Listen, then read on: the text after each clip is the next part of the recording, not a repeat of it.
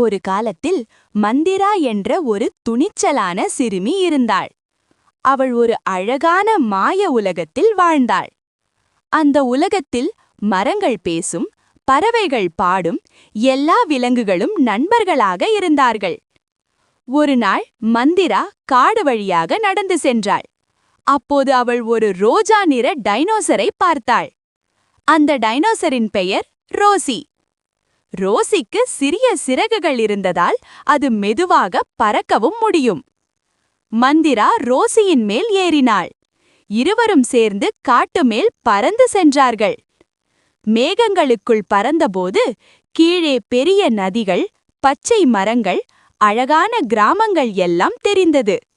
அப்போது ஒரு கிராமத்தில் பெரிய பிரச்சனை இருந்தது. அங்கே மழை வரவில்லை. மக்கள் எல்லோரும் கவலையாக இருந்தார்கள். மந்திராவும் ரோசியும் சேர்ந்து மேகங்களை தள்ளினார்கள். சிறிது நேரத்தில் பெரிய மழை பெய்தது. கிராம மக்கள் எல்லோரும் மகிழ்ச்சியாக மந்திராவையும் ரோசியையும் நன்றி கூறினார்கள். அந்த நாள் முதல் மந்திராவும் ரோசியும் அந்த மாய உலகத்தின் சிறந்த நண்பர்களாக இருந்து அனைவருக்கும் உதவி செய்தார்கள். இதனால் எல்லோரும் சந்தோஷமாக வாழ்ந்தார்கள். கதை முடிந்தது. ஒரு நாள் ஒரு சிறிய நீலக்கரடி மேசையின் மேல் அமைதியாக உட்கார்ந்து கொண்டிருந்தது.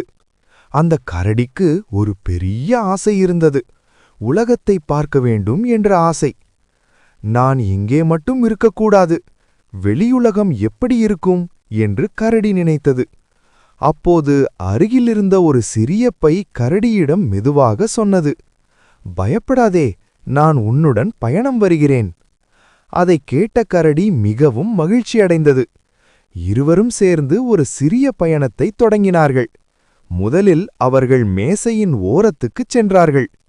அங்கிருந்து சுற்றி பார்த்தபோது உலகம் மிகவும் பெரியதாகவும் அழகாகவும் தெரிந்தது. அவர்கள் அருகிலிருந்த கண்ணாடி டம்ளர்ஸை பார்த்தார்கள். அவை ஒளியில் ஜொலித்துக் கொண்டிருந்தன. வாவ், உலகம் இவ்வளவு அழகா இருக்கும்னு நான் நினைக்கல என்று கரடி ஆச்சரியப்பட்டு சொன்னது. அந்த நாள் கரடி ஒரு பெரிய விஷயம் கற்றுக்கொண்டது. துணிவாக முயற்சி செய்தால் புதிய உலகங்களை கண்டுபிடிக்கலாம். இறுதியில் கரடி மகிழ்ச்சியாக சொன்னது, இன்று நான் ஒரு சிறிய மேசையிலிருந்து ஒரு பெரிய உலகத்தை பார்த்தேன். இதுதான் கரடியின் சிறிய ஆனால் அழகான பயணம். ஒரு சிறிய கிராமத்தில் ஒரு குயவன் வாழ்ந்தான்.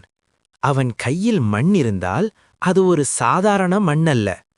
அவன் விரல்களின் அன்பால் அது உயிர் பெறும். மெதுவாக மண்ணை உருட்டி, அழுத்தி, செதுக்கி அவன் அதை ஒரு அழகான கலசமாக மாற்றினான். சிறிய கோடுகள், அழகான அலங்காரம், ஒவ்வொரு தொடுதலிலும் அந்த மண் ஒரு கலைப்பொருளாக மாறியது. பிறகு அதை வெயிலில் உலர வைத்து நெருப்பின் சூட்டில் கடினமாக்கினான். இறுதியில் சாதாரண மண் ஒரு அழகான மண் பாத்திரமாக பிறந்தது. அது ஒரு பாத்திரம் மட்டுமில்லை, அது உழைப்பு, பொறுமை மற்றும் கலை பேசும் ஒரு கதை.